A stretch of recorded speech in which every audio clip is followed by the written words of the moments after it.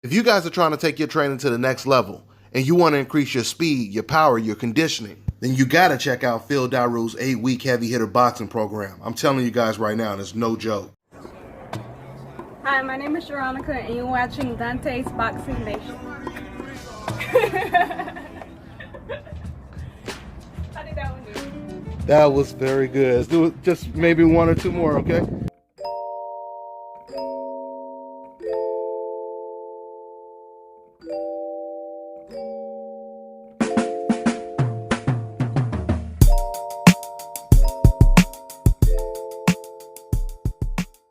Deontay's Boxing Nation, what's going on, guys? So Tyson Fury, he thought he was scotch-free. He thought he was going to go ahead and move past the whole Deontay Wilder situation and fight some German guy in December and then go on and fight Anthony Joshua. But Deontay Wilder completely foiled all of those plans because now they are in mediations. Now Deontay Wilder is forcing Tyson Fury to honor the rematch clause because for some reason, Tyson Fury is willing to turn down all of this money he would have made in that third fight with Wilder. He knows that when he fights this German guy, he's not going to make any money compared to a third fight with Wilder. So that alone is telling you that Tyson Fury knows that if he goes in the ring with Deontay Wilder a third time and he cannot cheat, because all eyes will be on him. All eyes will be on his gloves and everything else. He fears that that is going to be a very, very dangerous fight that could possibly threaten the Anthony Joshua fight if obviously Tyson Fury were to lose to Wilder. So Tyson Fury's promoter, Frank Warren, he gave a little bit of an update on how mediations are going right now. He says, and I quote, "Next week we'll know what the position is." Meaning we'll know what the mediator decides. Who are they going to rule for? The mediator is either going to force Tyson Fury to fight Deontay Wilder next, or they're going to allow Tyson Fury to go ahead and fight the German guy and whoever else after that. Now, Frank, he says something else in this interview that I thought was pretty telling, because he started off by saying, yes, that was the plans. The fight was supposed to happen in July. And then he started to talk about, matter of fact, let me quote exactly what he said.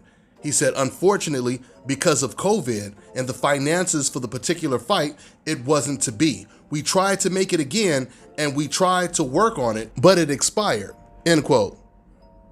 Now, the main thing I noticed when I just read exactly what Frank Warren said right there is he never blamed the contract expiring on Deontay Wilder. The reason why that's very powerful is because we've heard Tyson Fury try to blame it on Deontay Wilder many times, saying that it was his fault that the fight didn't happen. But now what Tyson Fury's promoter is saying completely contradicts what Tyson Fury said. And this is going to definitely benefit Deontay Wilder in mediations. Now, ever since I found out about the whole mediations, I've always felt that Tyson Fury was going to try to go for a tune-up bout, even before he takes the Deontay Wilder fight. Which I really don't understand this, because once again, if you listen to these fans, they believe that Deontay Wilder, he has no skill, he has no chance basically. Why would Tyson Fury need a tune-up to fight Deontay Wilder in a third fight? If I was Deontay Wilder, if Wilder has the option, I would not allow Tyson Fury to take a tune-up. Because if Wilder of all people doesn't feel that he needs one, why should Tyson Fury be allowed to have one? If anything, you would be thinking that Deontay Wilder would be asking for a tune-up. The situation reminds me of Sugar Ray Leonard versus Roberto Duran. Right after Duran beat Leonard, Leonard was already pushing for the rematch. And Duran, he didn't want the rematch right away because he blows up in weight, he goes partying and doing all these things.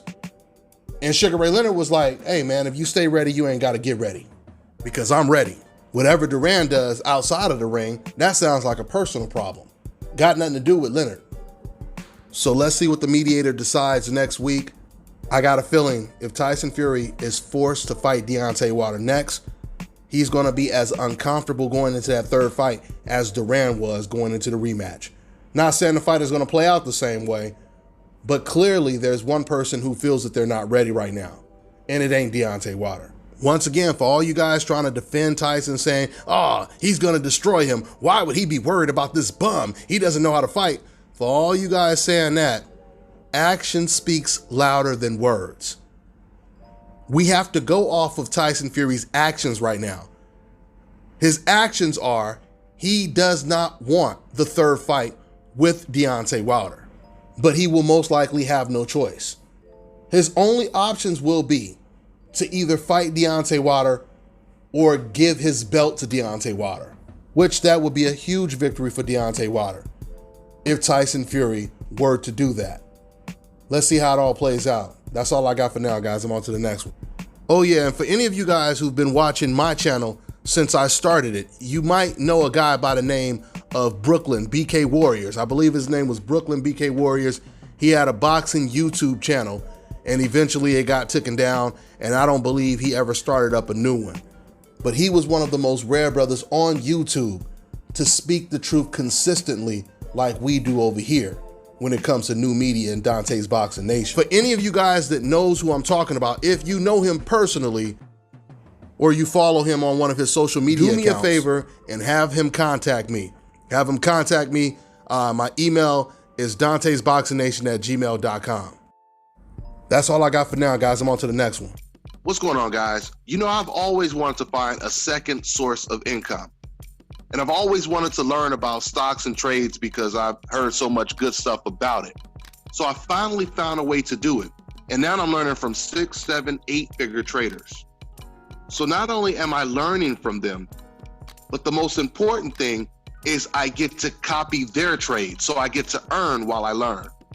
Now, if you want the full details, click on the link below so you can learn while you copy and paste their trades. And just understand this, guys, just by watching the video, you're doing a great job of supporting my channel, and I appreciate it. And the craziest thing about doing this trading is you can do it anywhere. All you need is an internet connection, and you can do it just with your phone. So if you want to learn how to make a second income alongside me without having to pitch, sell, or recruit, go ahead and click on the link below, and I'll see you inside. Fellas, I've got some great news for you. If you've lost your hair or have a receding hairline, the time has come when you can finally get your hairline back through a process called scalp micropigmentation. So here's how it works. It's a hair tattoo that replicates the look of your hair follicles when you have fully shaved it down. So if you want to get this hookup for my brothers out there in the UK and Europe, make sure you check out the Scalptist on Instagram. And for my brothers out there in the States, make sure you go ahead and contact my man Scalp Carolinas on Instagram.